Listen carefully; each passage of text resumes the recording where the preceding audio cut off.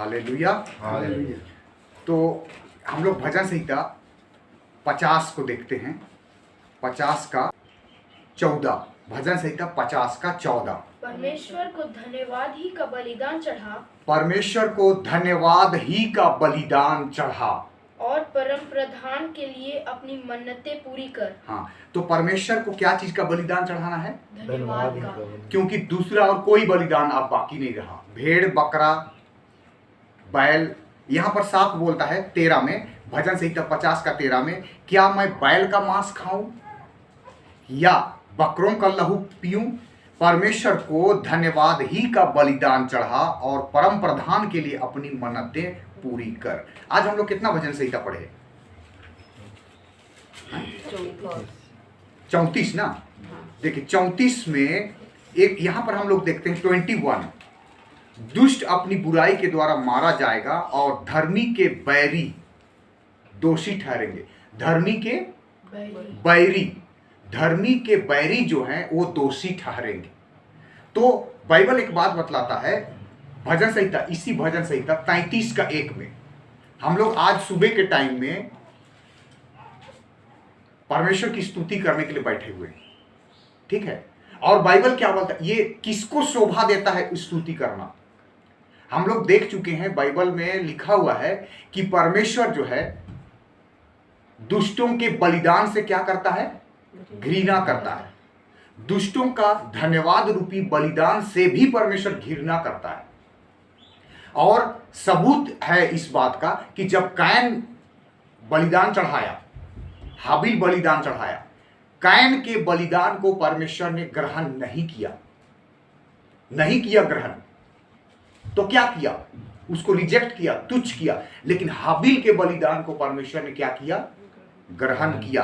तो किसका ग्रहण करता है परमेश्वर? पढ़िएगा 33 का 1, भजन संहिता 33 का 1। यहोवा के कारण जय जयकार करो। हे धर्मियों, यहोवा के कारण जय जयकार करो, क्योंकि धर्मी लोगों को स्तुति करना शोभती है। किसको स्तुति करना, किसको शोभा देता है? धर्मी लोगों को। बाइबल बतलाता है कि धर्मी लोगों को स्तुति करना शोभा देता है।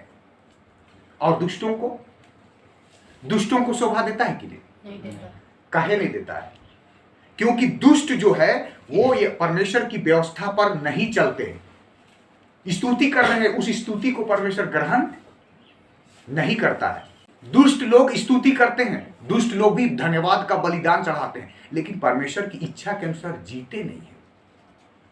जब वो जीते नहीं हैं, लेकिन धन्यवाद, प्रभु आपने हमें जीवन दिया उसके लिए धन्यवाद, प्रभु आपने सब कुछ दिया हमें उसके लिए धन्यवाद, लेकिन जीते नहीं है वो ऐसे। इसलिए बाइबल बतलाता है कि परमेश्वर दुष्टों के बलिदान से क्या करता है? धन्यवाद का बलिदान ग्रहण नहीं करता है। कैन का बलिदान को परमेश्वर ग्रहण नहीं किया, क्योंकि कैन परमेश्वर के वचन के अनुसार जीता नहीं था। कैन जो है परमेश्वर के वचन के अनुसार जीता नहीं था, सिर्फ धन्यवाद का बलिदान चढ़ा रहा है। और हम लोग देखते हैं कि बाइबल बतलाती है कि जो कोई अपने भाई से बैर रखता है वह क्या है? पहला यूहन्ना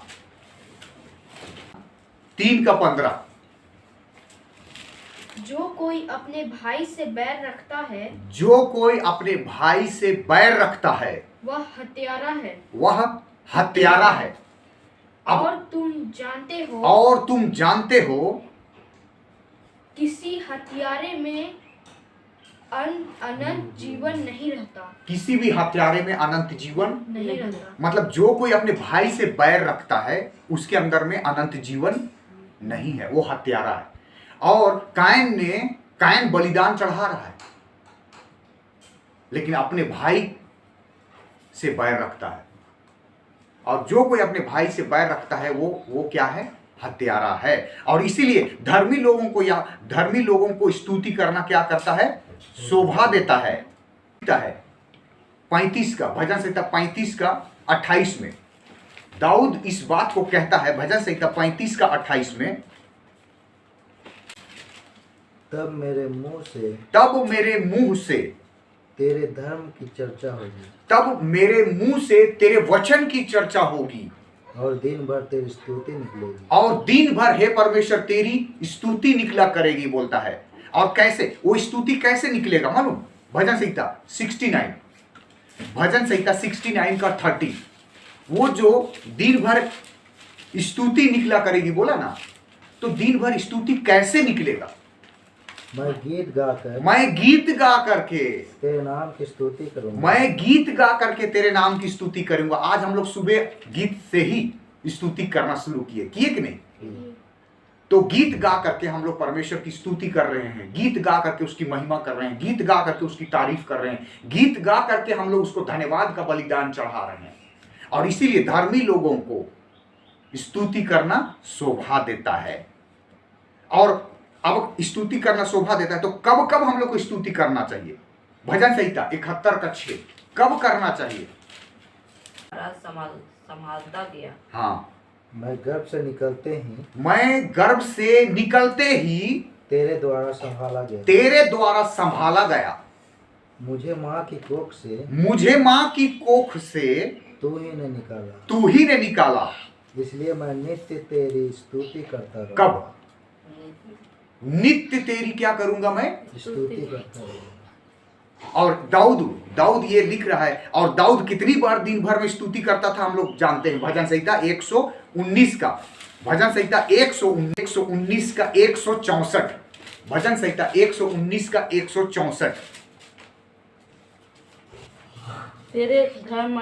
तेरे धर्ममय नियमों के कारण मैं प्रतिदिन 7 बार तेरी स्तुति करता हूं। मैं प्रतिदिन 7 बार तेरी स्तुति करता रहूंगा। नहीं, करूंगा या करता हूं लिखा हुआ है, करता हूं।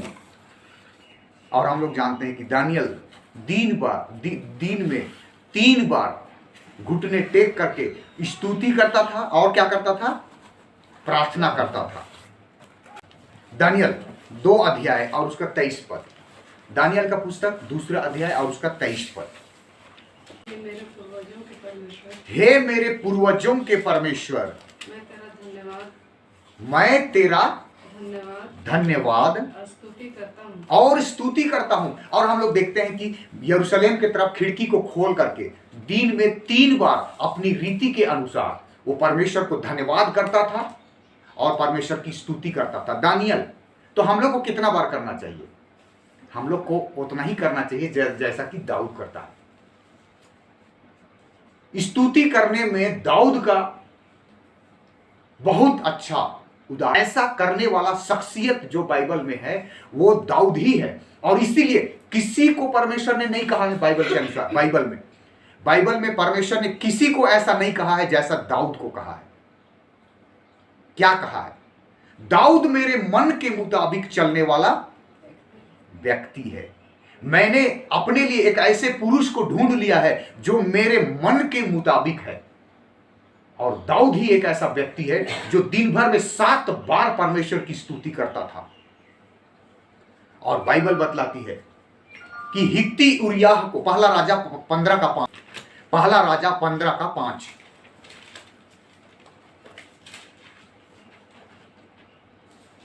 क्योंकि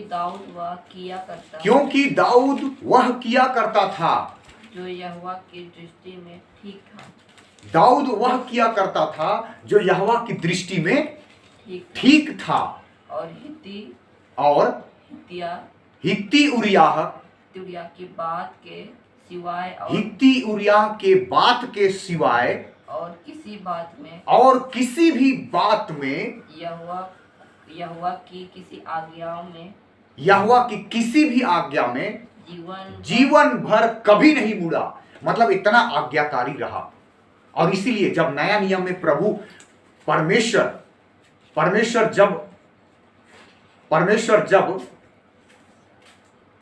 जब इस दुनिया में आया मनुष्य बन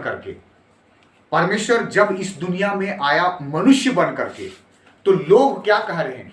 हे यीशु नासरी, दाऊद की संतान, मुझ पर क्या कर। माने यीशु मसीह को बहुत पसंद आया जब लोग कहे कि हे दाऊद की संतान मुझ पर दया कर। किया कि नहीं किया गया? कि हे यीशु नासरी दाऊद की संतान मुझ पर दया कर, और यीशु मसीह दया ना किया हो।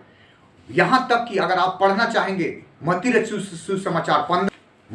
सुसमाचार 15 अध्याय उसका 21 पद, यीशु वहां से निकलकर यीशु मसीह वहां से निकलकर सूर और सैदा के प्रदेश की ओर चल गया। सुर और सैदा के प्रदेश की ओर चला गया। उस प्रदेश से एक कनानी स्त्री निकली। याद रखिएगा, उस प्रदेश से एक कनानी स्त्री निकली, और कनानी जाति जो है श्रापित जाति बाइबल में बताया गया है। और कनान ये श्रापित स्त्री है, और ये स्त्री चिल्लाकर कहने लगी, हे प्रभु दाऊद की संतान मुझ पर दया कर, मेरी बेटी को दुष्ट आत्मा बहुत सता रहा है। और आगे देखते हैं हम लोग, यीशु मसीह बड़ी कड़वा बात बोलता है लड़कों की रोटी कुत्तों के आगे डालना अच्छा नहीं है। वो स्त्री बोलती हाँ प्रभु सच है, लेकिन लड़कों की मेज से चूर चार जो गिरता है उसको भी तो कुत्ते लोग खाते हैं। और यीशु मसीह इसकी इस कही हुई बातों को सुन करके बोलता है कि हे स्त्री, क्या बोलता है, पढ़ लीजिए 28 का, मत्ती रचित सुसमाचार 15 अध्याय और उसका 28 पद। इस पर यीशु ने उसको उत्तर दिया, इस पर यीशु मसीह ने उस श्रापित जाति कनानी जाति को कहा, हे स्त्री, तेरा विश्वास बड़ा है। तेरा विश्वास कैसा है, बड़ा है। मेरे प्रियो, अगर उस श्रापित जाति का विश्वास इतना बड़ा है तो आप जो मसीही हैं आपका विश्वास कैसा होना चाहिए, हमारा विश्वास कैसा होना चाहिए, हमारा विश्वास कैसा होना चाहिए। उसका विश्वास बड़ा है और तो हमारा विश्वास कैसा होना चाहिए। और इसीलिए बाइबल में लिखा हुआ है कि जब मनुष्य का पुत्र अपनी महिमा में आएगा, जब मनुष्य का पुत्र दोबारा इस पृथ्वी पर आएगा तो क्या वो विश्वास को पाएगा। आज हम लोग जब इस सुबह के समय में परमेश्वर के वचन को देखते हैं और हम लोग उसकी स्तुति करते हैं, और धर्मी लोगों को स्तुति करना क्या करता है, शोभा देता है। आइए हम लोग परमेश्वर को धन्यवाद देंगे। स्वर्ग और पृथ्वी के परमेश्वर प्रभु यीशु मसीह, हम आपको धन्यवाद देते हैं प्रभु।